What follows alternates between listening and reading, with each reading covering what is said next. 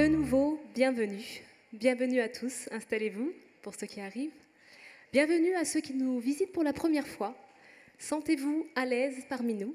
Et bienvenue aussi à ceux qui sont là habituellement et ceux qui nous regarderont via notre ligne YouTube.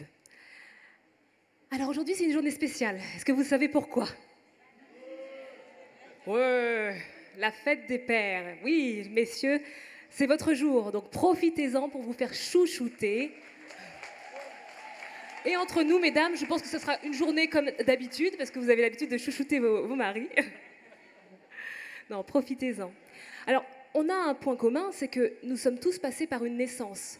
Donc, nous avons un père. Un père que l'on connaît ou qu'on ne connaît pas, qui nous a peut-être transmis de l'amour et qui nous a transmis des valeurs. Peut-être qu'il y a encore des nôtres ou pas. Quelle que soit la notion de paternité, elle est commune à tous, qu'elle ait de l'importance pour nous ou pas. Moi, je suis reconnaissante pour mon papa qui m'a transmis la valeur du travail et la juste gestion des biens matériels. Merci papa et bonne fête. De même, nous avons un Père céleste, créateur, qui veut être notre Père. Il veut que nous soyons ses enfants et nous pouvons nous identifier à lui. Et c'est ce Dieu, créateur du ciel et de la terre, que nous voulons louer ce matin. Et je vous propose que l'on puisse, pour commencer ce culte, se lever et prononcer ensemble la prière que Jésus a transmise à ses disciples pour leur montrer comment il fallait prier. Et dans cette prière, il s'adresse à son Père céleste. C'est très intéressant de voir l'intimité que Jésus a avec son Père. Il est venu sur terre pour le refléter. Et dans les évangiles, si on lit les évangiles, on voit cette intimité qui est bien présente. Et je vous propose qu'on puisse lire ce passage ensemble. J'ai pris la version de Matthieu 6, versets 9 à 13, dans la version second 21. Donc c'est une version qu'on connaît bien. Et je vous propose qu'on puisse redire ces paroles comme si on le redécouvrait pour la première fois. Et qu'on puisse vraiment laisser pénétrer ces paroles. Lisons ensemble. Notre Père céleste, que la sainteté de ton nom soit respectée, que ton règne vienne, que ta volonté soit faite, sur la terre comme au ciel. Donne-nous aujourd'hui notre pain quotidien. Pardonne-nous nos offenses, comme nous pardonnons aussi à ceux qui nous ont offensés. Ne nous expose pas à la tentation, mais délivre-nous du mal. Car c'est à toi qu'appartiennent, dans tous les siècles, le règne, la puissance et la gloire. Amen. Est-ce que vous croyez qu'à lui appartient, pour tous les siècles, le règne, la puissance et la gloire? Et c'est ce Père-là que l'on veut honorer. On veut lui exprimer notre joie, parce qu'il a fait des merveilles dans nos vies, et il veut encore en faire. Il sait nos besoins au-delà de ce que l'on peut espérer, et nous n'avons même pas besoin de lui demander. Il connaît nos besoins. Qu'on puisse vraiment le célébrer, exprimer notre joie. Une joie qui ne vient pas de nous-mêmes, de nos circonstances, mais qui vient du fait que lui nous a libérés, qu'il nous aime et qu'il veut que nous soyons ses enfants. Est-ce que vous êtes d'accord avec cela ?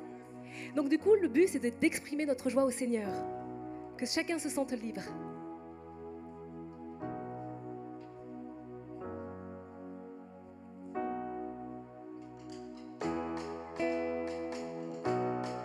Je vois certains sourires.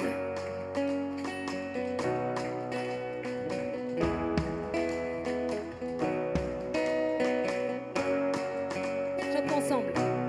Je chanterai de tout cœur les merveilles de mon papa Yahweh. Il m'a ôté des ténèbres, il m'a délivré de tout péché. Je chanterai de tout cœur les merveilles de mon papa Yahweh. Il m'a ôté des ténèbres, il m'a délivré de tout péché. Mon papa est fidèle, il ne m'abandonne jamais. Je n'ai plus rien à craindre, car Yahweh m'a suis dans la joie, une joie immense. Je suis dans l'allégresse, car Yahweh m'a libéré. Je suis dans la joie, une joie immense. Je suis dans l'allégresse, car Yahweh m'a libéré. Je chanterai de tout cœur les merveilles de mon papa Yahweh. Il m'a ôté des ténèbres, il m'a délivré de tout péché. Mon papa est fidèle, il ne m'abandonne jamais. Je n'ai plus rien à craindre, car Yahweh m'a libéré. Je suis dans la joie. Je suis dans la joie. Ce n'est pas une joie qui vient de nous, Une mais c'est de lui. joie immense. Je suis dans l'allégresse, car Yahweh m'a Je libéré. suis dans la joie.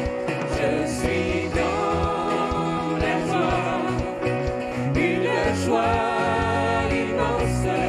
Je suis dans l'allégresse, car Yahweh m'a libéré. Exprimons notre joie au Seigneur. Je suis dans la joie, une joie immense. Je suis dans l'allégresse, car Yahweh m'a Cette joie ne vient pas de nous. Exprimons-lui notre joie. Je suis dans la joie, une joie immense. Je suis dans l'allégresse, car Yahweh m'a libéré. Oh, oh, oh, oh, oh, oh, oh, oh, oh, oh,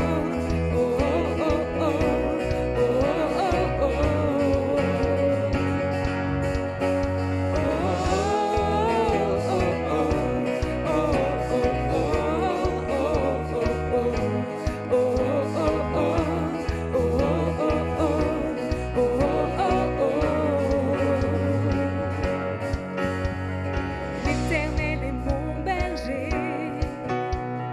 De rien je ne manquerai. Oh mon âme, chante mon âme. Pas à pas il me conduit, au bord des eaux calmes je le suis. Oh mon âme, chante mon âme.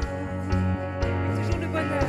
Oui, toujours le bonheur et la grâce m'accompagneront devant sa face, dans sa présence, tellement de joie, tellement de joie. Et tant qu'il se trouve auprès de moi, aucun mal, mon âme, tu ne craindras.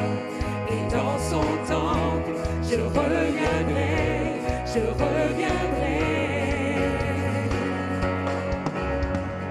Et si je traverse encore la vallée de l'ombre de la mort, oh mon âme, chante mon âme. Puisqu'il m'aime le premier, rien ne pourra me séparer de son amour, de son amour. Toujours le bonheur et la grâce. Oui, toujours le bonheur et la grâce m'accompagneront devant sa face, dans sa présence, tellement de joie, tellement de joie. Et tant qu'il se trouve auprès de moi, aucun mal, mon âme, tu ne craindras. Et dans son temps, je reviendrai, je reviendrai. Chantons Yahweh. Yahweh, Yahweh, tu fais briller sur moi ton soleil. Yahweh, Yahweh, ta lumière chasse au loin les ténèbres. Yahweh, Yahweh, ta parole éclaire mon sentier.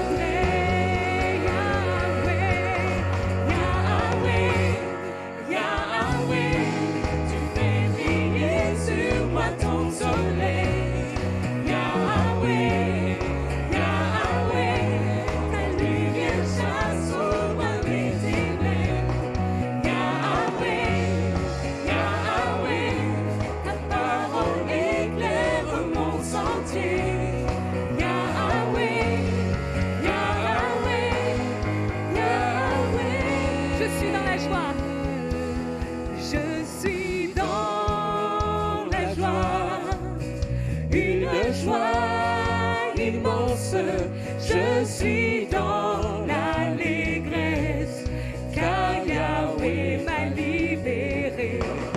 Je suis dans la joie, une joie immense, je suis dans l'allégresse, car Yahweh m'a libéré. Que nous puissions tous ensemble élever notre voix dans le Seigneur pour l'exalter, pour ce Père qu'il est. Père éternel, merci pour qui tu es.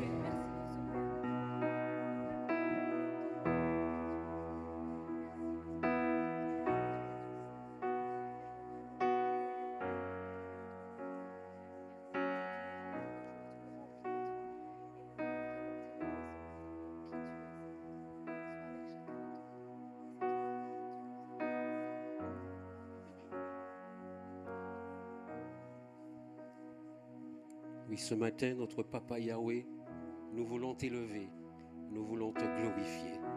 Oui, tu es notre Père céleste. Tu prends soin de nous. Tu nous combles de ton amour. Tu nous combles de ta grâce. Oui, tu le dis dans ta parole, le bonheur et la grâce nous accompagneront tous les jours de notre vie et nous serons en ta présence à jamais. Oh, manifeste-toi encore, Seigneur, ce matin. Manifeste-toi en ce lieu, manifeste-toi dans nos vies et permets, Seigneur, que chaque jour nous puissions élever ton nom, glorifier ton nom, parce que tu es notre Papa. En ce moment, Seigneur, nous voulons aussi que tu bénisses aussi, Seigneur, les enfants qui vont sortir pour avoir ce temps de louange et de partage, ce temps d'enseignement aussi de ta parole. Seigneur, nous voulons que tu les conduises aussi par ton esprit. Nous voulons que tu les bénisses richement et abondamment. Que tu bénisses également, Seigneur, ceux qui ont cette responsabilité aussi de les enseigner et de les conduire aussi, Seigneur, aussi sur le chemin de la vie. Et nous te prions vraiment afin que tu touches leur cœur, afin qu'ils grandissent, Seigneur, en ta présence, avec ta parole, afin que plus tard ils deviennent des hommes et des femmes qui te servent et qui te glorifient, Seigneur, en toutes circonstances. Que ton nom soit loué encore et béni au milieu de ton peuple ce matin. Amen. Et donc les enfants vont pouvoir rejoindre leur classe. Alors Dieu nous a tant aimés qu'il a donné son Fils unique pour que nous ayons la vie. Non pas pour nous condamner, mais pour nous sauver. Il est écrit dans Éphésiens 1,5 : dans son amour, il nous a prédestinés à être ses enfants adoptifs par Jésus-Christ. Et c'est ce qu'il a voulu dans sa bienveillance. En Jésus, nous avons un incomparable cadeau. Dans Éphésiens 1, il nous est dit que nous sommes choisis, adoptés, délivrés, éclairés au coin du Saint-Esprit, acquis, unis à Christ. Et l'acrostiche fait cadeau. Dans un commentaire pratique de Dominique Angers, il nous le présente comme ça. Et c'est une vérité précieuse que l'on peut garder et que je retiens grâce à ce terme cadeau. Dieu m'a donné un cadeau et je lui appartiens, nous lui appartenons. Mais cela peut se faire en Jésus, uniquement en Jésus. Et je vous propose ce matin qu'on puisse tourner nos regards vers Jésus. Il y a une puissance dans le nom de Jésus. Est-ce que tu le crois ce matin ? Et dans l'Évangile, à maintes reprises, les disciples ont pu le constater. Et chacun d'entre vous, vous avez certainement pu le constater. Il y a une puissance dans le nom de Jésus pour remporter des victoires, pour briser des chaînes. Et des fois, les réponses du Seigneur, on ne les comprend pas. On ne comprend pas son timing. Mais le Seigneur est là. Et je vous propose qu'on puisse tourner nos regards vers Jésus et le proclamer, que son nom résonne en ce lieu. Et c'est le chant que nous allons prendre ensemble. Vous ne le connaissez peut-être pas, mais il est très simple à apprendre. Et il dit que les murs tremblent au son de nos louanges, alors que nos voix s'unissent à celles des anges. Et que le Seigneur puisse nous permettre de le vivre ce matin. Chantons ensemble. Vous pouvez vous lever. Que ton nom résonne en ce lieu.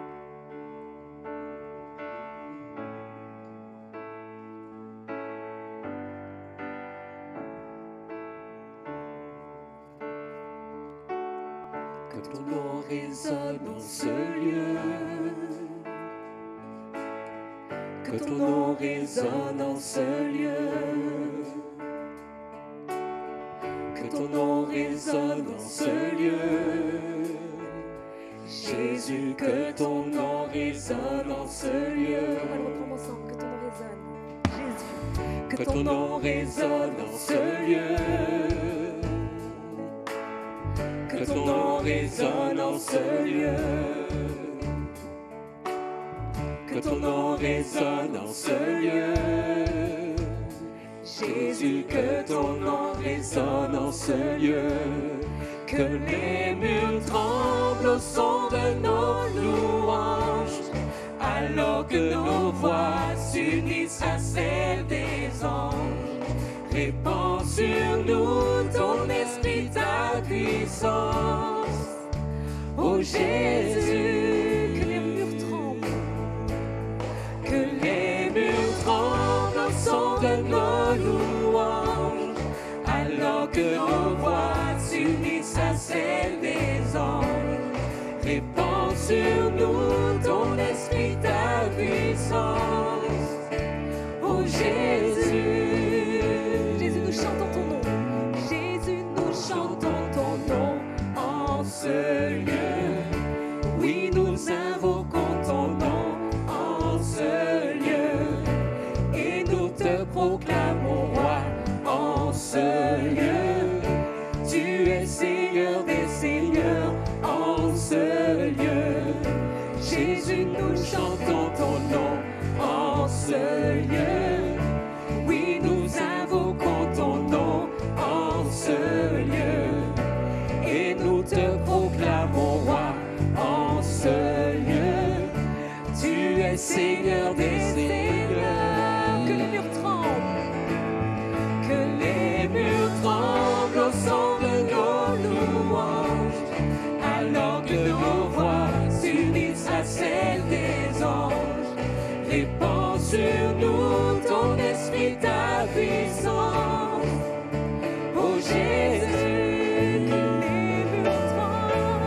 que les murs tremblent au son de nos louanges, alors que nos voix s'unissent à celles des anges. Répands sur nous ton esprit, ta puissance. Ô Jésus, Jésus, nous chantons ton nom.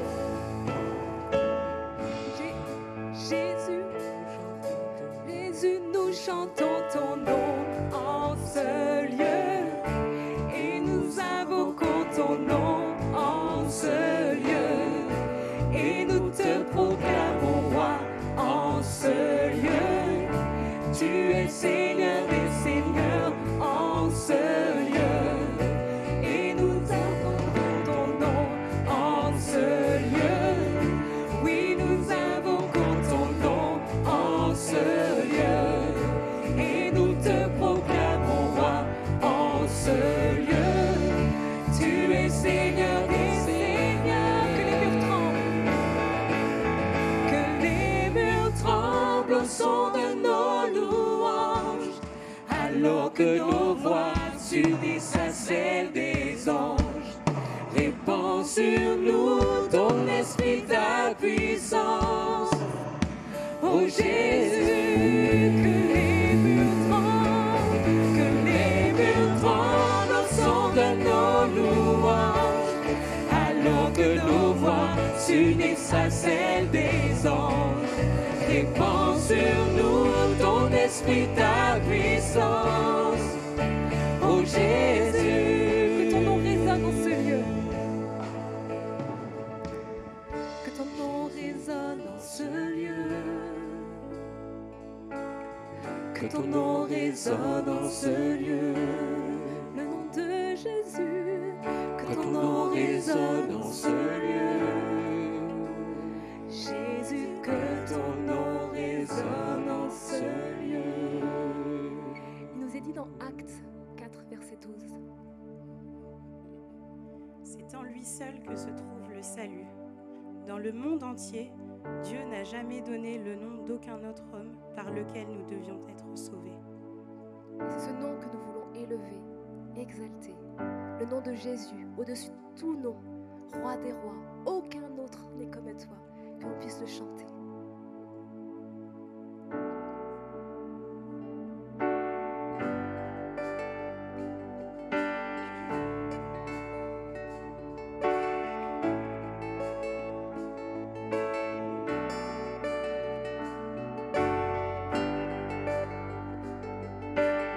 Que Jésus puisse prendre toute la place ce matin, dans nos cœurs, dans nos vies, dans ce lieu.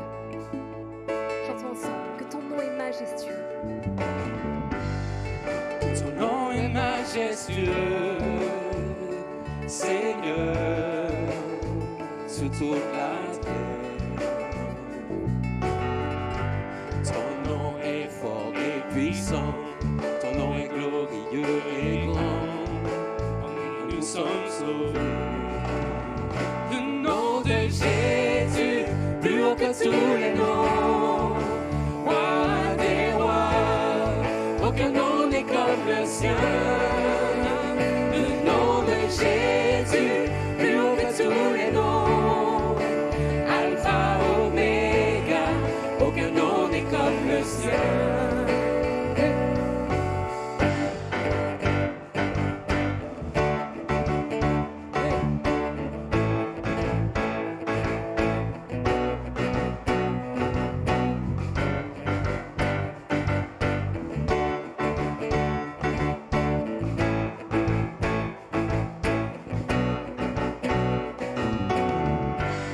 Ton nom est comme un doux parfum, déversé sur mon âme, sur mon âme. En ton nom, nous surmontons tout. En ton nom, nous avons la victoire. Ton nom est tout puissant. Le nom de Jésus, plus haut que tous les noms. Roi des rois, aucun nom n'est comme le sien. Le nom de Jésus, plus haut que tous les noms. Alpha, Oméga, aucun nom n'est comme le sien. Aucun autre Dieu, Aucun autre Dieu n'a vaincu la mort, que Jésus-Christ le ressuscité. On fait quoi? Nous l'élevons plus haut. En son nom, tout genou fléchit. En son nom, tout homme est sauvé. Nous invoquons. Nous invoquons son nom. Le nom de Jésus, plus haut que tous les noms. Roi des rois, aucun nom n'est comme le sien. Le nom de Jésus, plus haut que tous les noms. Alpha, Oméga, aucun nom n'est comme le sien. Le nom de Jésus, plus haut que tous les noms. Roi des rois, aucun nom n'est comme le sien. Le nom de Jésus, plus haut que tous les noms. Alpha, Oméga, aucun nom n'est comme aucun autre Dieu. Aucun autre Dieu n'a vaincu la mort, que Jésus-Christ le ressuscité. Nous l'élevons plus haut. En son nom, tout genou fléchit. En son nom, tout homme est sauvé.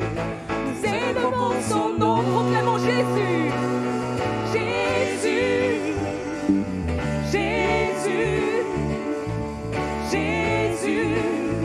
Oh Jésus, Jésus, Jésus, Jésus. Oh Jésus, proclamons le nom de Jésus. Jésus, Jésus, Jésus. C'est à lui que nous voulons rendre tout notre hommage. Jésus, Jésus, Jésus, Jésus, merveilleux nom, Jésus. qui est comparable à toi. oh Jésus, Jésus, merveilleux nom, qui est semblable à toi, oh Dieu. Jésus, ton précieux nom est digne d'hommage. Jésus, merveilleux nom, qui est semblable à toi. Jésus, Jésus, merveilleux nom, qui est semblable à toi, ô Dieu. Jésus, ton précieux nom est digne d'hommage. Il est consolateur, divin rocher, libérateur. Et c'est ce que nous allons chanter tout à l'heure. Dans différents moments de notre vie, il a pu tour à tour être celui qui délivre, celui qui guérit, celui qui guide. Et nous voulons le proclamer et le chanter. À un moment donné, on va pouvoir dire des « oh » qui est l'expression de nos cœurs par des mots qui ne s'expriment pas. Parce que Jésus est au-delà de nos propres mots, au-delà de ce que l'on peut imaginer. Chantons ensemble, consolateur, divin rocher. Et que ce soit une réalité dans nos vies. Consolateur, divin rocher, libérateur, prince de la paix, Dieu créateur, Fils bien-aimé, Roi serviteur, Seigneur couronné, commencement, ultime fin, soleil levant, étoile du matin, Dieu tout-puissant, Dieu trois fois saint, sauveur vivant, maître consolateur, consolateur, divin rocher, libérateur, prince de la paix, Dieu créateur, Fils bien-aimé, Roi serviteur, Seigneur couronné, Dieu tout-puissant, Dieu trois fois saint, sauveur vivant, maître souverain, Dieu tout-puissant, Dieu trois fois saint, sauveur vivant, maître souverain. Oh, oh, oh,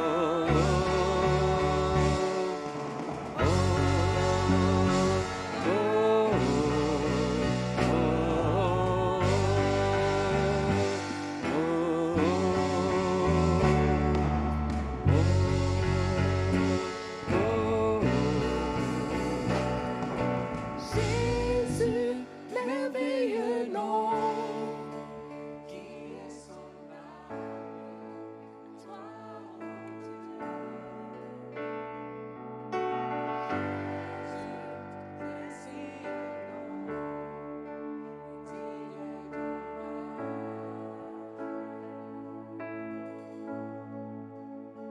Et nous avons vraiment le désir de lui rendre hommage. Mais des fois, ça fait longtemps que l'on prie pour des sujets. On a beau croire au nom de Jésus, on sait qu'il peut délivrer, mais des fois le désespoir peut venir. L'attente de la réponse peut être là, et le découragement peut être là aussi. Ce qui nous est demandé dans ces conditions-là, c'est de se confier en Dieu, de croire en ses promesses, et c'est ce que nous allons chanter dans le prochain chant. Peu importe les circonstances, de joie, de peine, d'épreuve, Dieu veut qu'on se confie en lui. Les ténèbres devant moi n'ébranleront pas ma foi. La lumière de ta parole demeure en moi. La voix brise le silence, fortifie mon espérance. La beauté de ta parole et ma puissance, non, rien ne pourra m'arrêter. Oh Dieu, je crois en toi. Je me confie en toi. Tout ce que tu as promis, tu vas l'accomplir. Tu peux l'accomplir. Et je vous propose de penser à une situation que Dieu met sur votre cœur. Ça fait longtemps que vous priez pour cela. Une guérison, la conversion d'un proche, un projet que Dieu a mis dans votre cœur mais que vous ne voyez pas commencer. Que vous puissiez consciemment, intentionnellement lui remettre et avoir confiance qu'il répondra en son temps. J'entrerai dans tes promesses, affrontant mes forteresses. Chaque pierre tombera au son de ta voix. Non, rien ne pourra m'arrêter. Oh Dieu, je crois en toi. Je me confie en toi. Tout ce que tu as promis, tu vas l'accomplir. Tu peux l'accomplir. Oh Dieu, je crois en toi. Oh Dieu, je crois en toi. Je me confie en toi. Tout ce que tu as promis, tu peux l'accomplir. Tu peux l'accomplir.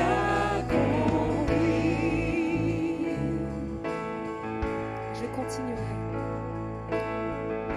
Je continuerai à te glorifier, gardant tes promesses dans mon cœur. Oui, je continuerai. Oui, je continuerai sans cesse de t'élever. En toi, je suis plus que vainqueur.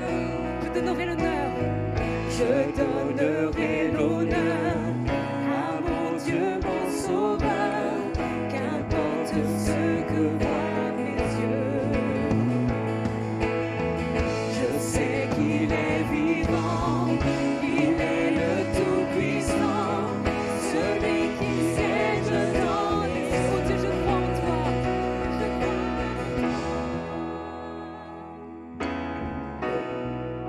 Je me confie en toi. Tout ce que tu as promis, tu peux l'accomplir. Tu vas l'accomplir. Ce chant nous appelle à la persévérance, à continuer quelles que soient les circonstances. Est-ce que vous vous rendez compte? Oui, je continuerai à te glorifier, gardant tes promesses en mon cœur, quelles que soient les circonstances. Que l'on puisse rechanter ces paroles comme une prière, une proclamation que l'ennemi de nos âmes ne gagnera pas plus de terrain dans la voie du découragement, mais que nous allons tourner nos regards vers lui, vers Jésus. Et je continuerai. Je continuerai à te glorifier, gardant tes promesses en mon cœur. Oui, je continuerai sans fin de t'élever. En toi, je suis plus que vainqueur. Je donnerai l'honneur à mon Dieu, mon Sauveur, qu'importe ce que voient mes yeux.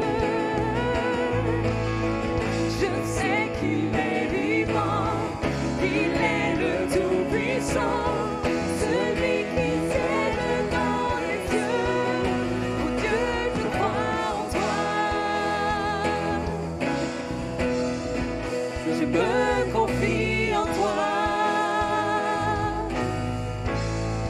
Tout ce que tu as promis, tu vas l'accomplir. Tu vas l'accomplir. Tout ce que tu as promis,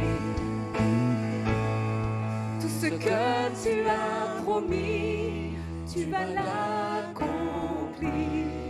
Tu vas l'accomplir. tout ce que tu as promis, Seigneur, tu vas l'accomplir. Tout ce que tu as promis, tu vas l'accomplir.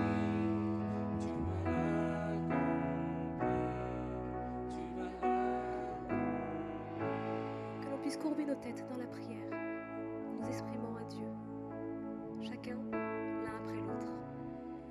Prenons ce temps ensemble et avec le Seigneur.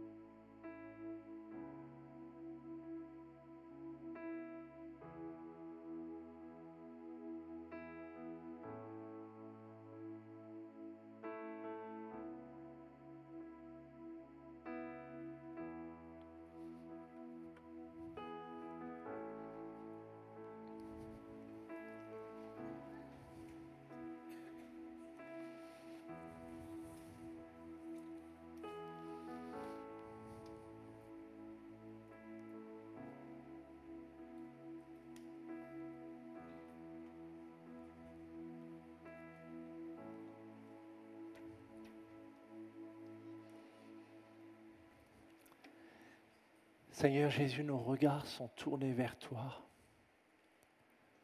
Nos cœurs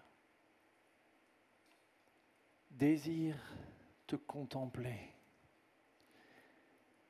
Et nos oreilles être attentives à toute parole que tu peux avoir pour chacun d'entre nous. Tu nous as accordé la grâce par le passé de goûter à de nombreuses reprises à ta fidélité, à ta bonté, à ton amour. Tant de fois nous avons compté nos bienfaits et nous avons réalisé que le nombre était grand. Oui, tu as été fidèle, bon, plein de compassion et de miséricorde. Mais Seigneur, il arrive dans notre marche que nous passons par des chemins qui nous voilent ta face, des circonstances où tout d'un coup, ce que nous savions devient plus flou. La confusion, le doute, la peur nous gagne, Seigneur, et toutes ces promesses, nous commençons à les perdre de vue. Tu parais silencieux, loin, et nous ne comprenons pas pourquoi, Seigneur.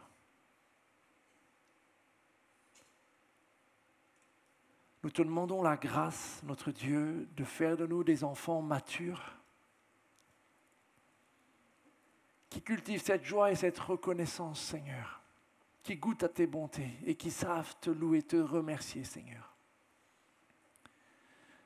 Mais nous savons aussi que tu veux nous mener parfois sur un chemin qui mène un peu plus haut et qui va demander de l'endurance, de la confiance sans comprendre, de la foi sans explication, de la fidélité malgré les silences. Nous ne sommes pas les premiers à qui tu demandes une telle foi. Bien d'autres sont passés par ce chemin bien avant nous. Et Seigneur Jésus, nous te demandons la grâce d'ouvrir encore nos yeux et de nous permettre de regarder à toi et de voir comment, en toi, nous pouvons traverser ces circonstances, Seigneur. Viens nous parler, Seigneur. Accorde-moi, je t'en supplie, Seigneur, les mots justes. C'est de toi que nous avons besoin. Toi et toi seul, parce qu'en effet, tout ce que nous avons chanté est vrai. Tu es au-dessus de tout, incomparable. Viens, ouvre nos yeux, ouvre nos cœurs, pour la seule gloire de ton nom. Amen. Amen.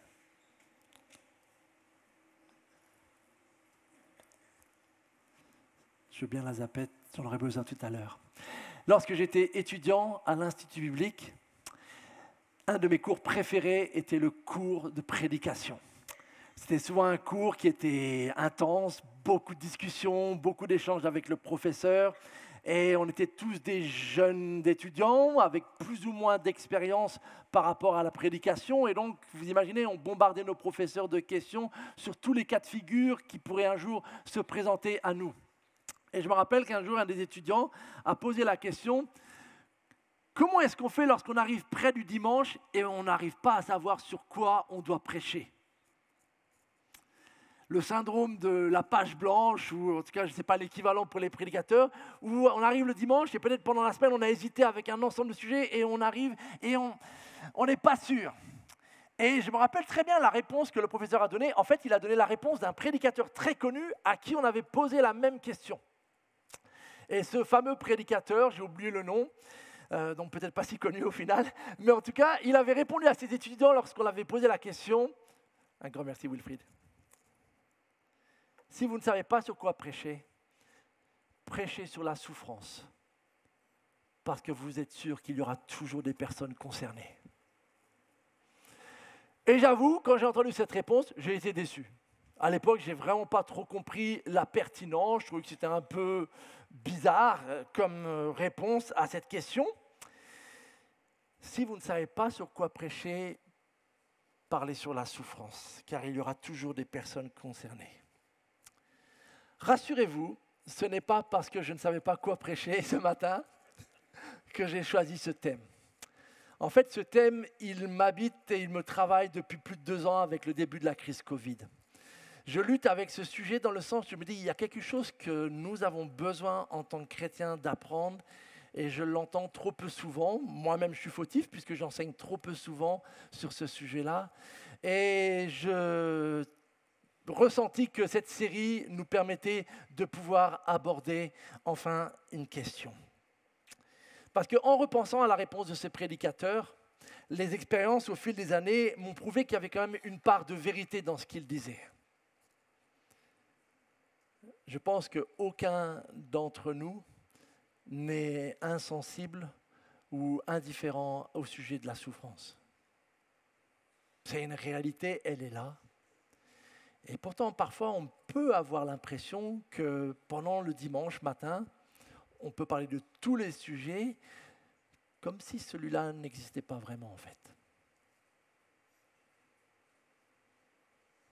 Qui n'a pas été confronté à de la souffrance physique, des douleurs, un mal de dos qui ne disparaît jamais, les maladies, les cancers, les tumeurs, le handicap, le vieillissement, tout ça, ce sont des souffrances physiques à des degrés variables que les uns les autres peuvent goûter. La souffrance dans les relations, dans le couple, avec les enfants, avec les parents, entre frères et sœurs. La solitude, le deuil. Les souffrances morales, la colère qu'on ne maîtrise pas, les addictions dont on n'arrive pas à se débarrasser. L'impulsivité, l'irritation, etc., etc. Toutes ces formes de souffrance par lesquelles nous passons nous amènent tôt ou tard à nous interroger. Peut-être intérieurement, peut-être secrètement, mais en tout cas à nous poser une question. Pourquoi la vie est-elle ainsi? Jusqu'à quand ça va durer? Et bien souvent, que l'on soit d'ailleurs croyant ou pas, finalement la question finit par être formulée de la manière suivante. Mon Dieu, pourquoi? Pourquoi? Et ce que je voudrais vraiment ce matin faire avec vous, c'est nous tourner vraiment vers le Seigneur, fixer vraiment les yeux sur lui parce que c'est lui qui peut nous aider et trouver des pistes de réponse fidèles, bibliques et équilibrées à cette grande question. Et mon souhait, c'est que quel que soit, et peut-être certains d'entre nous, vous avez passé une bonne semaine et ce sujet en ce moment ne fait pas partie de votre préoccupation. Merci Seigneur, et vous n'avez eu du coup probablement aucun mal à chanter ces chants sur la joie ou la reconnaissance. Mais je sais, peut-être plus que même ce que je peux estimer, un certain nombre d'entre nous, ce n'est pas le cas. Et quelle que soit la nature de votre souffrance, je voudrais vraiment vous inviter à vous tourner vers le Seigneur Jésus et à regarder à lui. Et c'est ce qu'on va faire avec un texte dans l'évangile de Matthieu, au chapitre 27. Et voici ce qui nous est dit. À partir de midi, On est le jour du vendredi où le Christ a été crucifié. À partir de midi et jusqu'à 3 heures de l'après-midi, le pays entier fut plongé dans l'obscurité. Vers 3 heures, Jésus cria d'une voix forte, « Élie, Élie, lama sabachthani » c'est de l'hébreu et de l'araméen. Ce qui signifie « Mon Dieu, pourquoi m'as-tu abandonné ?»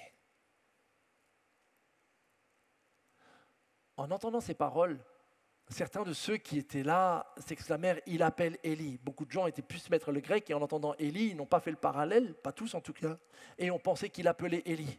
L'un d'entre eux courut aussitôt prendre une éponge qu'il imbiba de vinaigre et il piqua au bout d'un roseau. Il la présenta à Jésus pour qu'il boive. Quand les autres lui dirent « Attends, on va bien voir si Élie, donc le prophète, vient le délivrer. » À ce moment, Jésus poussa de nouveau un grand cri et rendit l'esprit. Et voici qu'au même instant, le rideau du temple se déchira en deux, de haut en bas. La terre trembla, les rochers se fendirent, des tombes s'ouvrirent et les corps de beaucoup d'hommes fidèles à Dieu qui étaient morts ressuscitèrent. Ils quittèrent leurs tombeaux et après la résurrection de Jésus, ils entrèrent dans la ville sainte où beaucoup de personnes les virent. Et en voyant le tremblement de terre et tout ce qui se passait, l'officier romain et les soldats qui gardaient Jésus furent saisis d'épouvante et dirent « Cet homme était vraiment le Fils de Dieu. » Mon Dieu, pourquoi m'as-tu abandonné ? Contrairement aux autres questions dans notre série, Jésus a une question pour toi. Cette fois-ci, ce n'est pas une question que Jésus nous pose, mais c'est une question que Dieu le Fils, Christ, pose à son Père, à son Dieu. Et si nous la comprenons bien, les amis, elle pourrait vraiment nous être d'un grand secours. Durant les 6 heures que Jésus a passées sur la croix, la compilation de l'ensemble des évangiles nous permet de discerner que Jésus a prononcé en tout cas au moins 7 paroles qui ont été relatées depuis ce temps de la crucifixion. Dans Luc, on a cette parole où Jésus dit « Père, pardonne-leur car ils ne savent pas ce qu'ils font ». Un peu plus tard, il va dire à ce brigand à côté de lui « Vraiment, je te l'assure, aujourd'hui même tu seras avec moi au paradis ». À la fin de cette scène de la crucifixion, il nous dit « Père, je remets mon esprit entre tes mains ». Dans l'évangile de Jean, Jésus à un moment s'adresse à Jean, puis à sa mère et dit à l'un « Voici ton fils » et à l'autre « Voici ta mère ». Un peu plus tard, il va dire « J'ai soif ». Puis finalement, dans Jean, il termine, avant de mourir, par « Tout est accompli ». Mais la 7e, et c'est la seule que nous raconte l'évangile de Matthieu, c'est la question « Mon Dieu, pourquoi m'as-tu abandonné ?» Pourquoi Matthieu n'a raconté que celle-ci ? En fait, cette parole, et vous le savez peut-être sans doute déjà, ce n'est pas la première fois qu'elle est prononcée. Il se trouve qu'en l'occurrence, cette parole-là n'est pas directement une parole de Jésus, mais qu'elle a déjà été prononcée par un homme bien avant lui, dans le psaume 22, le roi David. Voici dans le psaume 22 comment David commence un de ses psaumes. « Mon Dieu, pourquoi m'as-tu abandonné ? Tu restes loin, tu ne viens pas me secourir malgré toutes mes plaintes. » Et pendant la moitié de ce psaume-là, David exprime son sentiment d'abandon. Ses ennemis triomphent, tout le monde lui fait du malheur, il souffre physiquement, il souffre moralement, il souffre spirituel et Dieu ne dit pas un mot. Et David commence ce psaume par ce cri, « Mon Dieu, pourquoi m'as-tu abandonné ?» Et donc quand Jésus prononce les mêmes paroles, il se fait en fait l'écho d'un cri humain universel.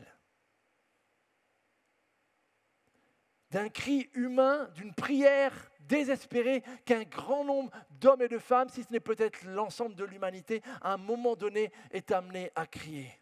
Je me rappelle, il y a quelques années de cela, un homme est venu un dimanche et il avait engagé la conversation avec Cédric et après il s'était présenté à nous. Et en fait, il venait nous partager le fait qu'il y a quelques semaines de cela, il se trouvait à l'hôpital de Meaux, de Joussigny, où sa fille de 5 ans était opérée d'une tumeur au cerveau. Et du coup, il était athée, pur et dur, et il s'est trouvé sur le parking, et sur le parking, il a commencé à crier ainsi à Dieu. Et tout d'un coup, alors qu'il priait, une voix lui a dit, « Pourquoi est-ce que tu me parles puisque tu as toujours dit jusqu'à maintenant que je n'existais pas ?» Et en fait, il était tellement travaillé par le fait que dans la souffrance, il a prié d'une manière et convaincu que Dieu l'écoutait et qu'il pouvait vraiment du coup lui déverser son incompréhension et sa colère, comme si c'était la chose la plus évidente, que Dieu était bel et bien là. Et pourtant, toute sa vie, il avait dit à toute sa famille et à ses amis qu'il était athée. Mais au cœur de la souffrance, il n'a pas pu s'empêcher de pousser ce cri. Mon Dieu, pourquoi ? Pourquoi ma fille ? Quand Jésus prononce la même question, il nous rend un grand service parce qu'il nous prouve que lorsque nous-mêmes nous avons cette question, il la comprend. Il nous comprend, mes amis. Cette prière question quelque part de Jésus, nous la connaissons tous. Et je voudrais un peu creuser cette notion et ce passage. Un de mes grandes frustrations, c'est que j'ai l'impression qu'on parle de la crucifixion peu à peu qu'à un moment donné de l'année, à Pâques. Sauf qu'en fait, cette scène-là, c'est le cœur de notre foi. Si nous ne comprenons pas bien ce qui s'est passé, si nous n'y revenons pas régulièrement, et que c'est seulement une fois par an que nous méditons un peu sur ce que Jésus a vécu à la croix, je crains que nous ne soyons pas équipés quand nous allons avoir besoin de poser cette question-là. Alors ce soir, on va rentrer, ce matin, on va rentrer un petit peu dans le vif du sujet. Que s'est-il passé honnêtement à la croix, les amis ? Qu'est-ce que Jésus a vécu au point de lancer ce cri d'agonie ? Nous savons tous qu'au cours des heures qui ont précédé sa crucifixion, il a enchaîné un grand nombre d'épreuves. Il a été abandonné, il a été trahi, il a subi un procès injuste. On s'est moqué de lui, on a exercé de la cruauté physique, de la violence, de la condamnation. Et enfin, une exécution qui est réputée pour être parmi les plus barbares que les hommes ont inventées pour exécuter un homme. Mais en même temps, durant tous ces événements, nous savons que Jésus n'a pas flanché. Nous savons que dans le jardin de Gethsémani, dans cette agonie, il a lutté, il a prié, mais qu'après avoir prié, « Père, si tu peux éloigner cette coupe, mais non pas ma volonté, ta volonté », Jésus est resté ferme. C'était une lutte intense, une lutte spirituelle, mais il est resté ferme et il s'est levé et il est allé vers ce chemin de calvaire qui allait durer jusqu'à la crucifixion, mais à aucun moment, Jésus n'a donné l'impression de flancher ou de craquer. Du coup, certains se sont dit, là, ça y est, à la croix, c'est le moment où Jésus-Christ craque sous le poids de toute cette accumulation de souffrance. Est-ce que c'est vraiment ça qui est en train de se passer ? Vous avez vu ce petit détail qu'à midi jusqu'à 3 heures, l'obscurité s'est faite. Jésus a été 6 heures sur la croix, de 9 heures à 15 heures avant de rendre l'âme, mais que c'est de midi à 15 heures qu'il y a eu une obscurité. Certains ont voulu, pour arriver à Jésus, il y a eu une éclipse. Impossible, on est dans la période de Pâques, de pleine lune. Il n'y a pas d'éclipse à ce moment-là. Non, ce n'était pas un phénomène naturel. Vous savez peut-être qu'en plein milieu de la nuit où Jésus est né, ça a été l'inverse. En pleine nuit, il y avait étoiles, chants d'anges, archanges, pleine lumière en plein milieu de la nuit. Mais au moment donné où le Créateur de la lumière est en train de mourir sur la croix, il y a une obscurité à la fois naturelle et spirituelle telle qu'il n'en a jamais eu d'autre dans toute l'histoire de l'humanité. Un texte dans l'Ancien Testament, dans Amos, nous évoque que cette idée d'obscurité en plein jour est le signe d'un jugement. Du jugement de Dieu qui s'abat. Et il n'est pas en train de s'abattre sur le peuple d'Israël. Il n'est pas en train de s'abattre sur le temple. Il est en train de s'abattre sur son propre fils. Et donc, plus cette obscurité grandit, plus Jésus en souffre intérieurement, au point de lancer ce cri déchirant. Et il n'a eu pour réponse que le silence. Pourquoi m'as-tu abandonné ? Aucune réponse. Celui pour qui toute sa vie n'a été faite que de prières exaucées. Celui à qui aucun miracle, aucun démon, aucune force de la nature n'a jamais pu résister parce qu'il était le Fils approuvé de son Père. lorsqu'il aurait besoin d'une manifestation du soutien de son Père, une manifestation de grâce, un signe, un encouragement, je ne sais pas, une colombe, une éclaircie, quelque chose, un signe qui lui montre à ce moment donné de sa vie pendant 3 heures. Christ n'a rien eu. Alors peut-être certains, on peut minimiser en disant, bon, c'était quand même que 6 heures. Certains d'entre nous luttent avec la maladie ou avec d'autres types d'épreuves qui durent bien plus que 6 heures. Alors on peut peut-être minimiser 6 heures de silence de la part du Père. De toute façon, certains d'entre nous, on arrive facilement à passer 6 heures de notre journée sans prier. Hein. Sauf que pour le Christ, qui depuis toute éternité a vécu une intimité et une relation parfaite avec ce Père, ce silence-là, pour lui, ce n'était pas normal. Il n'y avait rien d'habituel pour lui. Il était dans un tel degré d'intensité que c'était une souffrance que nous ne pouvons pas en fait mesurer et comprendre. Et je ne le dis pas en voulant minimiser les souffrances par lesquelles nous passons, mais parce que c'était la réalité pour le Fils. Cette expérience du silence. En prenant cette semaine vraiment le temps de réfléchir à ce que ça a pu signifier, je me suis dit, là, il y a quelque chose que je n'avais jamais réellement bien saisi.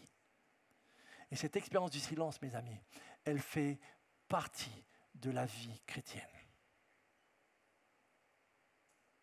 Cette expérience d'un cri, prière, qui n'obtient aucune réponse, écoutez bien ce que je suis en train de vous dire, elle fait partie de la vie chrétienne.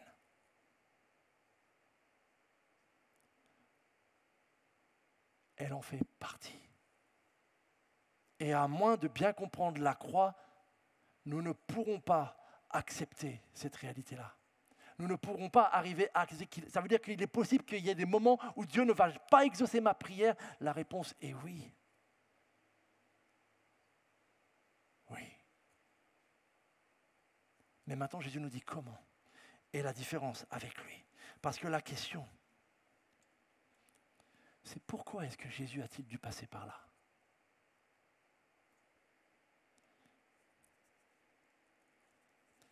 Il peut nous arriver parfois de décrire l'évangile un peu rapidement. Christ est mort pour tes péchés, si tu crois en lui et en sa résurrection, tes péchés sont pardonnés. C'est vrai, c'est biblique, c'est synthétique, c'est fidèle, mais malheureusement c'est aussi superficiel. Et si notre seule compréhension de l'évangile, c'est juste il est mort, crois en lui, il est ressuscité, t'es pardonné, ça peut être le point de départ. Je ne minimise pas ça. Mais si je m'arrête là, tu n'es absolument pas équipé pour faire face à tout ce que la vie chrétienne va te réserver. Il va falloir sans cesse revenir à ces vérités, mais creuser un peu plus profond pour comprendre comment je vais faire face avec cette foi en Christ, en sa mort et en sa résurrection, mais d'une telle manière que je sois aussi équipé pour faire face à tous les défis de la vie, et particulièrement quand viendront les silences de Dieu et les prières non exaucées. Un bon nombre de chrétiens, quand il y a le silence ou quand il y a la prière non exaucée, on arrête. On change. On laisse tomber. Dieu n'est donc pas fidèle, Dieu ne tient pas ses promesses. Et le problème, c'est qu'il n'est pas en Dieu. Le problème, il est dans la superficialité de notre compréhension de l'évangile, mes amis. Dans le psaume 22 de David, David ne se sent pas abandonné. Il est abandonné. Ce n'est pas juste une émotion. C'est qu'il affronte depuis un certain temps, et ce n'est pas juste une journée, un ensemble de difficultés, un ensemble d'accumulations, d'épreuves, d'ennemis, etc. Et il ne comprend pas le lien avec pourtant tout ce qu'il sait sur Dieu. Et donc, il bombarde Dieu de questions, et il dit franchement ce qu'il ressent, mais ce qu'il traverse. Seigneur, t'es loin, je crie, et t'es silencieux. En plein jour, j'agonise. La nuit, je pleure, et tu ne fais rien. C'est ce qu'il dit. Franchement. Si j'avais été celui qui a un peu participé à la compilation, on aurait déchiré le psaume 22. Non, si on va l'enlever quand même. Là, David, il est un peu trop... Ça va décourager les gens. Ça décourage ceux qui veulent une foi facile et une foi où c'est toujours le triomphe garanti, mais ça ne va pas décourager ceux qui passent par la même situation et qui découvrent qu'un homme de Dieu passe par là, et quand il passe par là, il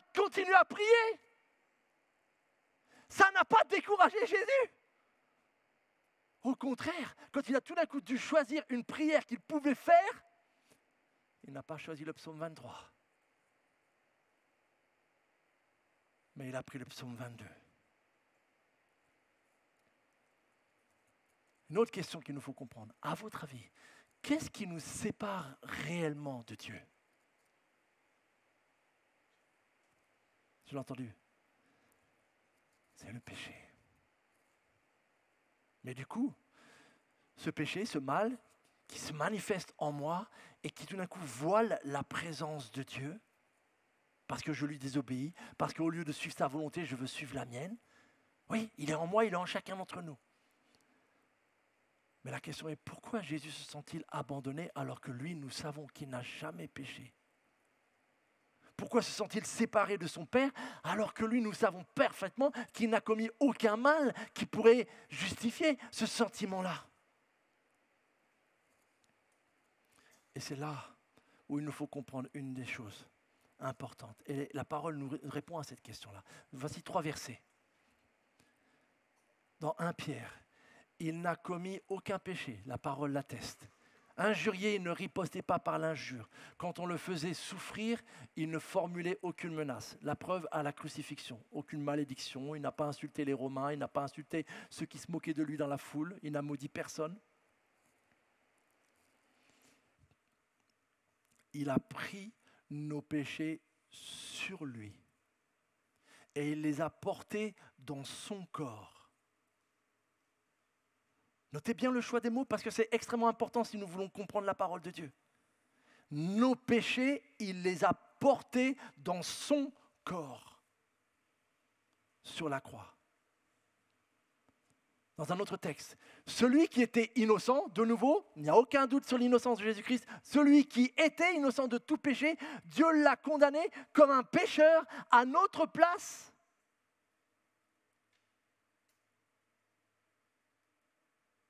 Dieu le Père a vu son Fils comme un pécheur pour toi et moi, pendant quelques heures à la croix. Pas pour ses péchés à lui, il était innocent, parce qu'il était en train de porter les nôtres. Pour que dans l'union avec Christ, nous recevions la justice que Dieu accorde. Un dernier, mais c'est pour nos péchés qu'il a été percé. C'est pour nos fautes qu'il a été brisé. Le châtiment qui nous donne la paix est retombé sur lui et c'est par ses blessures que nous sommes guéris. À ce moment donné de la crucifixion, une obscurité, je l'ai dit déjà, naturelle, spirituelle, s'est manifestée et qu'il n'avait jamais eu. En fait, un gouffre, je fais attention avec les mots parce que là, on entre dans un mystère de la Trinité, mais un gouffre s'est ouvert dans la relation entre le Père et le Fils. Tous les deux étaient d'accord, tous les deux avaient choisi et accepté de passer par là pour accomplir notre salut d'une manière qui soit juste. Dieu ne pouvait pas juste dire, allez, c'est pas grave, on pardonne tout, on efface tout. Non, sa justice l'interdisait. Tout comme nous ne supportons pas si nous sommes victimes d'une injustice, que quelqu'un dise, bon, c'est pas grave. Si, c'est grave. Mais son amour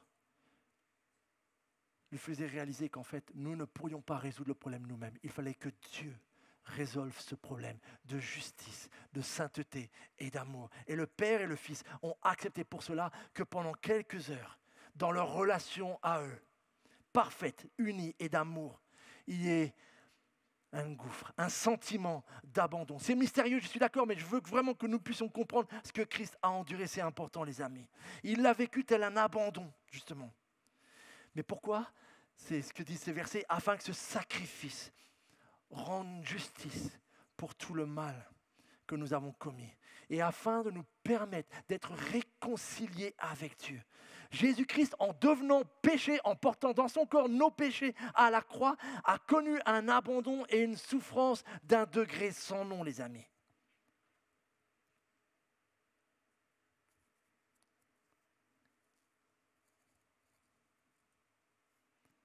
Et voici la vérité pour nous. Christ, en acceptant que nos péchés le séparent temporairement dans cette relation, Dieu n'a pas été divisé en trois, rassurez-vous. Mais qu'il y ait cette séparation, cet sentiment d'abandon entre le Père et lui pendant quelques heures. Parce que Christ a accepté de souffrir, et ce jusqu'à sa mort, c'était pour que vous et moi, quand nous passions par la souffrance plus tard, jamais, plus jamais, nous ne puissions avoir un sentiment d'abandon à cause de nos péchés, comme Christ l'a vécu à la croix. Le fait que Christ soit passé et expérimenté avec une puissance incomparable, cette souffrance et cet abandon, mes amis, c'est la garantie que pour nous, quand tu passes par la souffrance liée à la maladie ou une souffrance physique, et que tu as aussi envie de pousser ce cri, « Mon Dieu, pourquoi tu m'abandonnes ?» Tu puisses aussi, en regardant à la croix, je sais que tu ne m'abandonneras jamais. La guérison ne vient peut-être pas comme je le voudrais. La réponse ne vient peut-être pas comme je voudrais.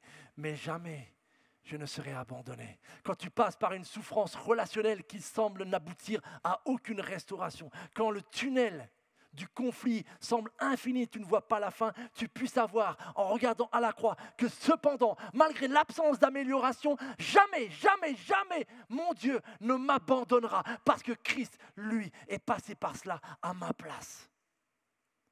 Lorsque tu passes par une souffrance morale et tu n'arrives pas à avoir la victoire, tu n'arrives pas à te débarrasser d'un péché, tu n'arrives pas, tu puisses savoir que quand bien même il faudrait encore persévérer, pour autant, malgré ce combat avec le péché, jamais, jamais, jamais le Père ne t'abandonnera parce que Christ a vécu cet abandon à ta place. Cette séparation pendant un moment donné, en tant que chrétiens, nous ne l'expérimenterons plus jamais dans ce degré-là. Le péché ne peut plus me séparer de Dieu. Il ne le peut plus. Il ne peut plus rompre. Il blesse, il peut affecter ma relation harmonieuse avec le Père. Mais jamais le Père ne m'abandonnera dans la maladie, dans l'épreuve des relations, dans le combat avec le péché. Cette prière, cette question que Jésus, mes amis, a posée à la croix, nous assure qu'il nous comprend mieux que nous ne nous comprenons nous-mêmes quand nous traversons de tels moments. Il a été fait péché à ma place. Le problème, en fait, vous savez, avec le péché, c'est que notre définition, ma définition, elle est tellement légère par rapport à la réalité que c'est difficile, je comprends, de comprendre ça. C'est pour ça que tout à l'heure je disais, voilà, quand on dit, Jésus, il est mort à la croix pour pardonner tes péchés. Attends.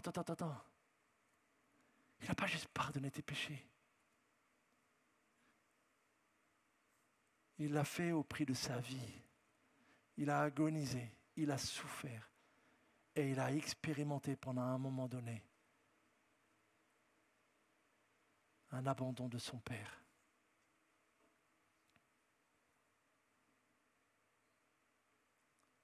Quelle mère, quel père accepterait qu'on lui propose, écoute, pour rétablir cette relation, on te demande de tourner le dos à ton enfant.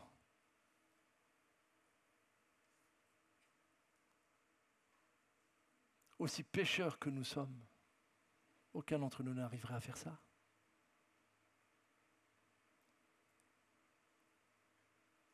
Alors pouvons-nous un peu imaginer ce que le Christ a fait et le Père a fait ensemble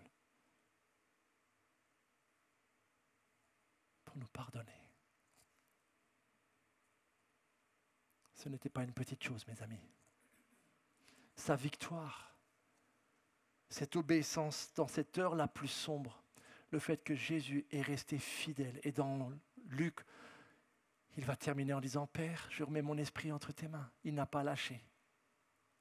Dans Jean, il va dire, tout est accompli. Tout est accompli. Ce que je suis en train de vivre, quiconque croit en moi ne le vivra plus jamais.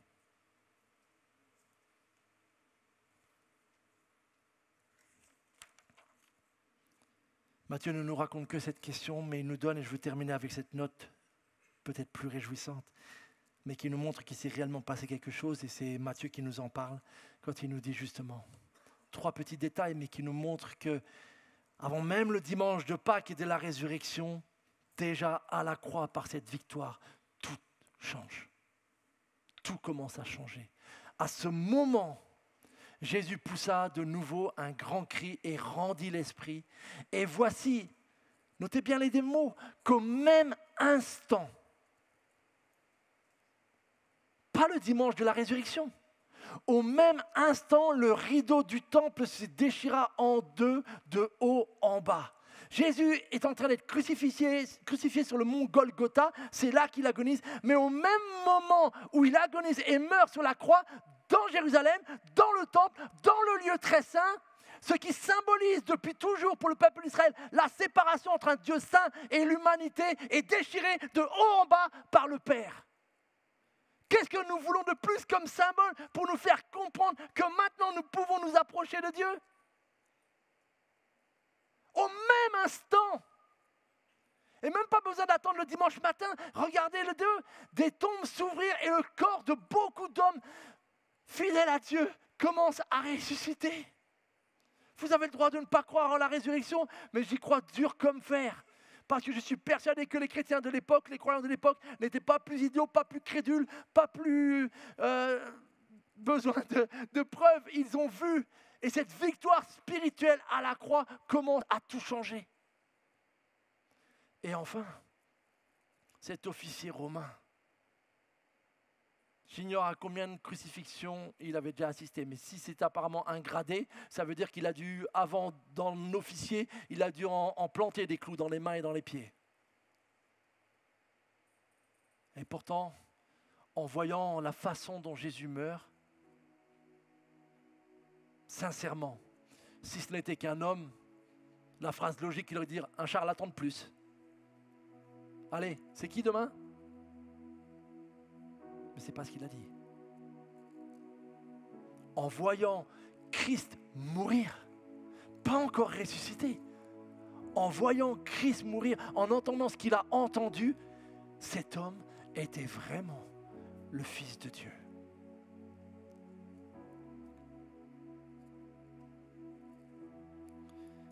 Je l'ai dit et je le redis, les événements de la Pâque ne sont pas que des événements historiques à parler une fois par an.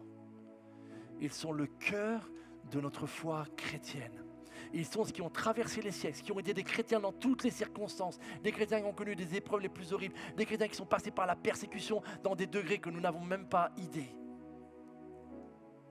Qu'est-ce qui les a aidés à tenir? La crucifixion.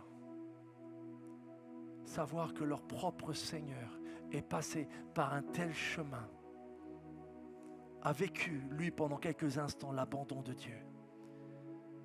Mais il est allé jusqu'au bout. C'est ma prière, vraiment, pour chacun d'entre nous, qu'on puisse tourner les regards vers notre Seigneur. Être vraiment conscient à quel point il nous aime. Si les événements de la croix n'y arrivent pas, qu'est-ce qu'il fera? Pour ma part, je n'ai pas besoin de plus de preuves. Je ne peux douter d'un tel amour. Je ne peux que m'abandonner et l'adorer, vraiment. Et c'est ma prière, et je voudrais vous inviter en tout cas à un temps de prière. Que chacun puisse se sentir libre de se recueillir et de dire à Dieu ce qu'il ressent par rapport à aussi ta souffrance. Et tu peux prier toi aussi le psaume 22. Et en priant ce psaume, regarde à la croix en même temps. Et sache que jamais le Père ne t'abandonnera, que jamais le Fils ne t'abandonnera, que jamais l'Esprit de Dieu ne t'abandonnera, quand bien même il est actuellement silencieux, quand bien même actuellement il ne répond pas à ta prière et qu'il ne te donne aucune explication. Sache que ton Seigneur est passé par là et qu'il a tenu et qu'il vit en toi pour te donner la même grâce. Puis ensuite, Natacha et son équipe nous guideront par un temps de chant et nous aurons aussi le temps du repas du Seigneur qui me paraît approprié. Donc que chacun puisse tourner les yeux vers le Seigneur.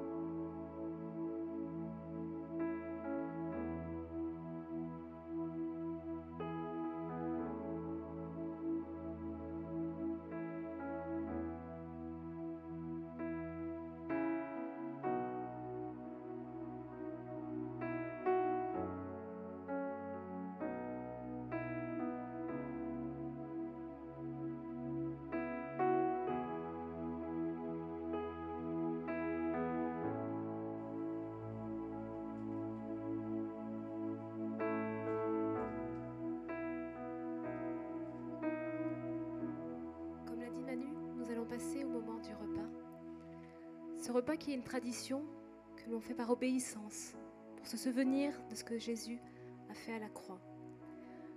Ce repas est réservé à ceux qui sont passés par les eaux du baptême et qui ont dit publiquement qu'ils voulaient être disciples de Jésus, mourir à eux-mêmes et vivre pour lui et avec lui. Ce repas est aussi une rencontre pour chacun d'entre nous. Certains vont s'avancer pour prendre les éléments, mais nous sommes tous invités à venir à la croix, à nous prosterner devant lui qui a tout accompli et qui ne nous abandonnera jamais, comme Manu nous l'a dit.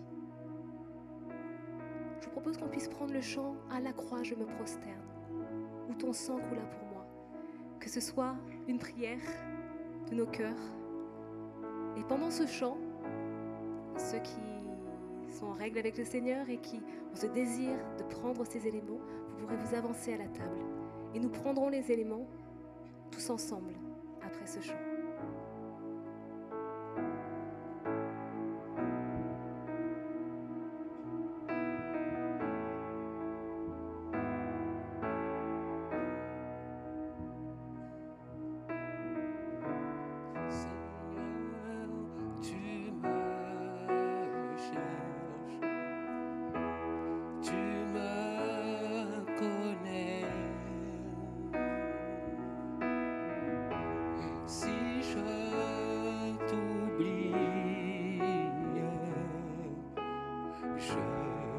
sais que tu m'aimes.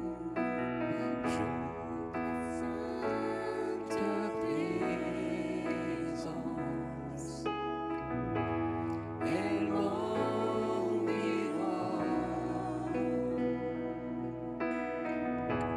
À chaque moment, je sais que tu m'aimes. Je sais que tu m'aimes. À la croix je me prosterne, où ton sang coula pour moi. Aucun amour n'est plus grand.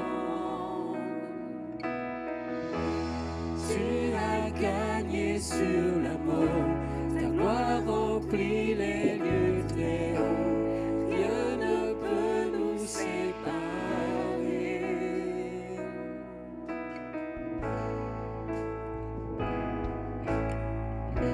Tu marches devant moi, tu gardes mes pas, ta main me soutient. Nous savons qu'il est là et qu'il ne nous abandonnera pas. Tu marches devant moi, tu gardes mes pas, ta main me soutient.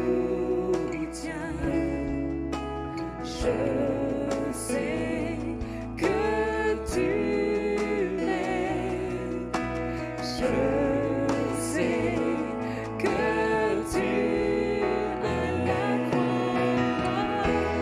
à la croix je me prosterne, où ton sang coula pour moi.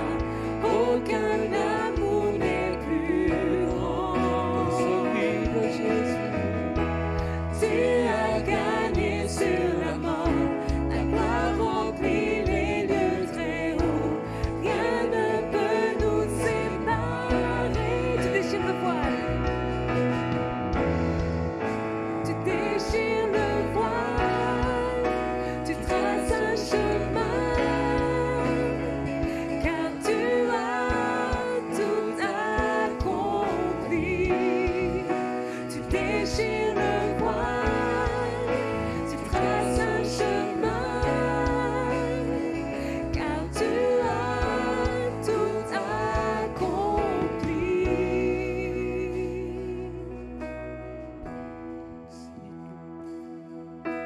Si tout s'effondrait devant mes yeux, tu resterais là. Si tout s'effondrait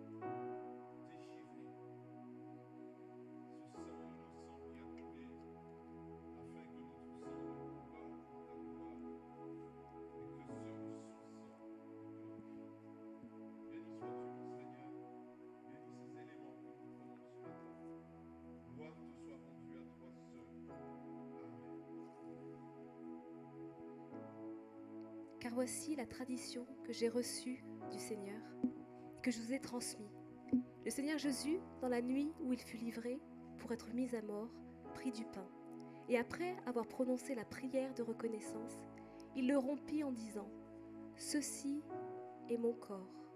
Faites ceci en mémoire de moi. » Et je vous propose que l'on puisse prendre le pain.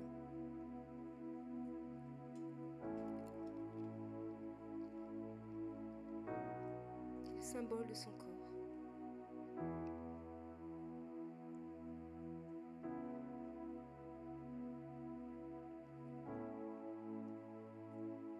De même, après le repas, il prit la coupe et dit « Cette coupe est la nouvelle alliance scellée de mon sang.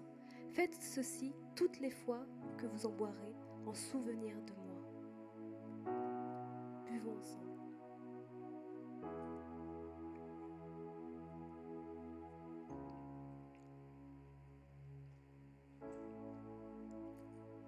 Pour terminer ce culte, on veut continuer à garder les yeux fixés vers Jésus, qui nous a ouvert le chemin de la foi et qui l'amène à la perfection. Nous voulons le reconnaître qu'il est merveilleux, qu'il est glorieux, qu'il est victorieux dans nos vies. Chantons-le ensemble, ce nom est si merveilleux.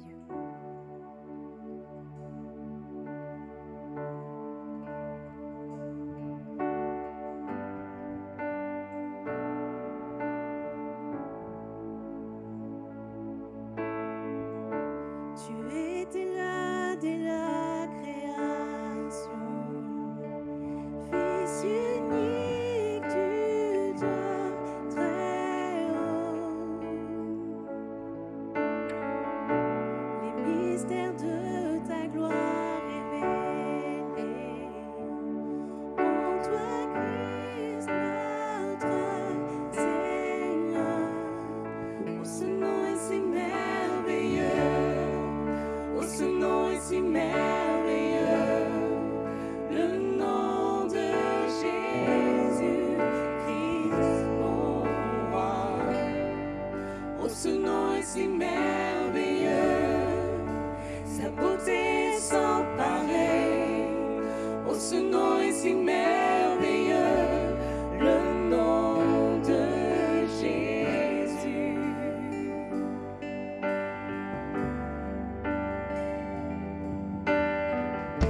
Tu n'as pas voulu les cieux sans nous. Alors Jésus, tu es venu. Ton amour a vaincu mon péché. Plus rien ne peut nous séparer. Oh, ce nom est si glorieux. Oh, ce nom est si glorieux, le nom de Jésus Christ, mon roi. Oh, ce nom est si glorieux, sa beauté sans pareil. Oh, ce nom est si glorieux, le nom de Jésus. Oh, ce nom est si glorieux, le nom de Jésus.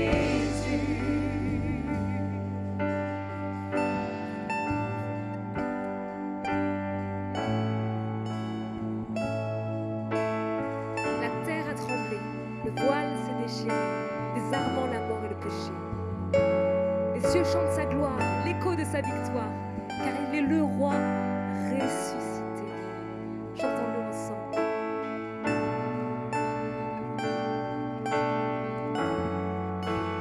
La terre a tremblé, le voile s'est déchiré, désarmant la mort et le péché. Les cieux chantent ta gloire, l'écho de ta victoire, car tu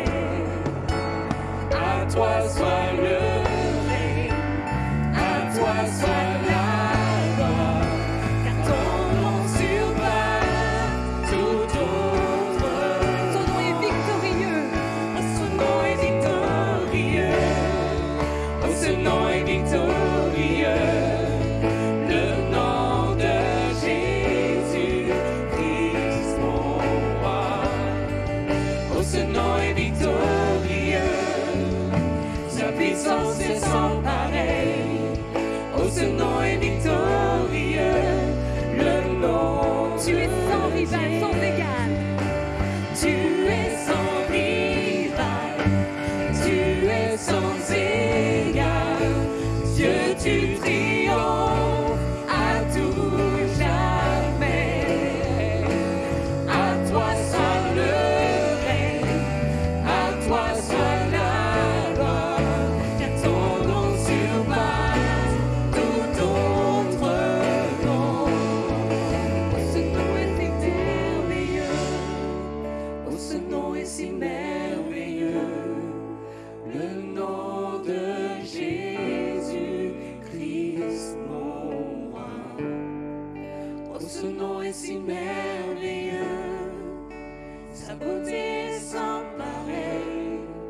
Oh, ce nom est si merveilleux, le nom de Oh, ce nom est si merveilleux. Oh, ce nom est si merveilleux, le nom de Jésus. Oh, ce nom est si merveilleux, le nom de Jésus.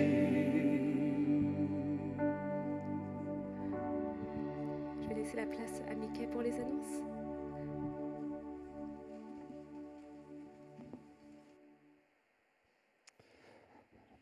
Amen. Bonjour à tous. Quelques annonces pour terminer notre culte de ce matin. Hier, vous le savez, on l'avait annoncé, il y a eu un petit déjeuner entre hommes pour s'encourager mutuellement. Et vous étiez nombreux à participer, il y a eu des bons moments d'échange, de nourriture, de partage, de sourire. Vous pouvez voir des beaux visages, mais aussi ça sentit le biceps, hein. Ça sentait le biceps et la testostérone aussi, hein. On voit que c'était un petit déj pour les hommes. Donc voilà, un très bon moment pour ceux qui étaient présents et à refaire. Et l'année prochaine, il y aura d'autres sessions qui seront proposées pour les hommes, mais aussi pour vous, mes femmes. Les femmes, rassurez-vous. Excusez-moi. Petit lapsus chéri, je te demande pardon.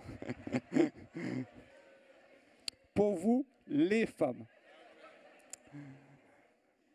On aura dimanche prochain un culte particulier, je l'ai annoncé déjà tous les dimanches précédemment, un culte de reconnaissance où on aura l'occasion de regarder un peu dans le rétroviseur de tout ce que le Seigneur a fait pendant cette année et comment il nous a bénis. Et une façon de le faire, ce que nous faisons habituellement dans notre église aussi, c'est d'avoir un temps spécial pour être reconnaissant avec notre Dieu, avec notre argent. Avoir une offrande particulière de la reconnaissance. Et on a toujours un temps particulier dans ce culte-là où chacun a la possibilité d'apporter au Seigneur ce qu'il a sur le cœur pour lui dire merci. Et pour ça, de façon très pratique, vous aurez à disposition dimanche prochain des enveloppes sur les chaises, mais si vous souhaitez le préparer déjà en avance, sachez que vous avez déjà ces enveloppes qui sont présentes sur les différents troncs, les urnes dans lesquelles vous mettez habituellement vos offrandes. Donc n'hésitez pas à en prendre. Il y a aussi des enveloppes au point info. Donc prenez-les si vous voulez préparer ce temps-là particulièrement avec le Seigneur. Donc vous avez plein d'enveloppes à votre disposition. Et puis, autre chose qu'on fait aussi habituellement après nos cultes de reconnaissance, c'est un gros pique-nique tous ensemble dans un grand parc qui est à côté de l'église. On vous donnera toutes les infos, les plans, l'adresse pour y aller. Donc, préparez vos meilleures tartes, vos meilleurs sandwichs, vos meilleures préparations, parce que je vais venir goûter dans chacun de vos Tupperware, chacun de vos plats, ça c'est sûr. Et c'est toujours un temps convivial qu'on peut passer ensemble, où on sort la pétanque, le foot, tous les jeux possibles, imaginables, où on peut passer du temps convivial ensemble. Donc, rendez-vous après le culte dimanche prochain au pique-nique. Ce sera un culte multisite, donc il y aura un culte à Roissy et à Ponto aussi, mais on se retrouvera tous ensemble après directement au parc de la Plaine des Bordes.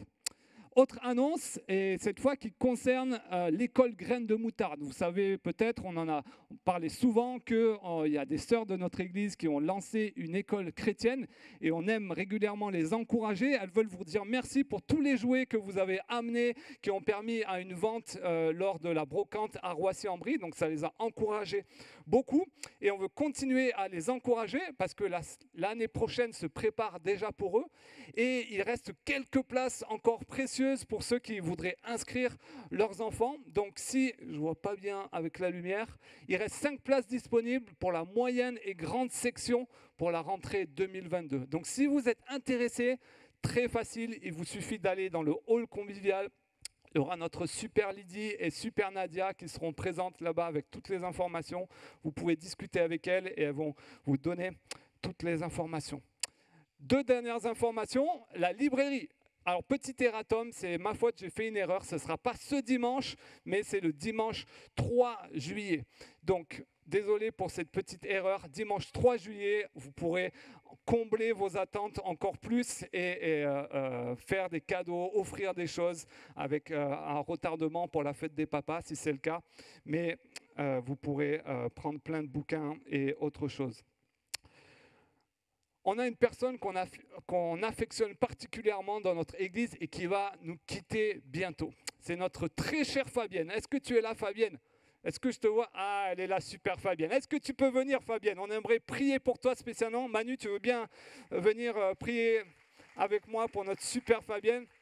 Alors, on a appris que tu déménageais, super Fabienne, et on aimerait prendre du temps pour prier pour toi aussi. On était ravis de t'avoir dans notre grande famille. Et tu fais toujours partie de la grande famille, hein, évidemment. Mais on aimerait prier spécialement pour toi. Manu, tu veux bien prier pour notre Fabienne?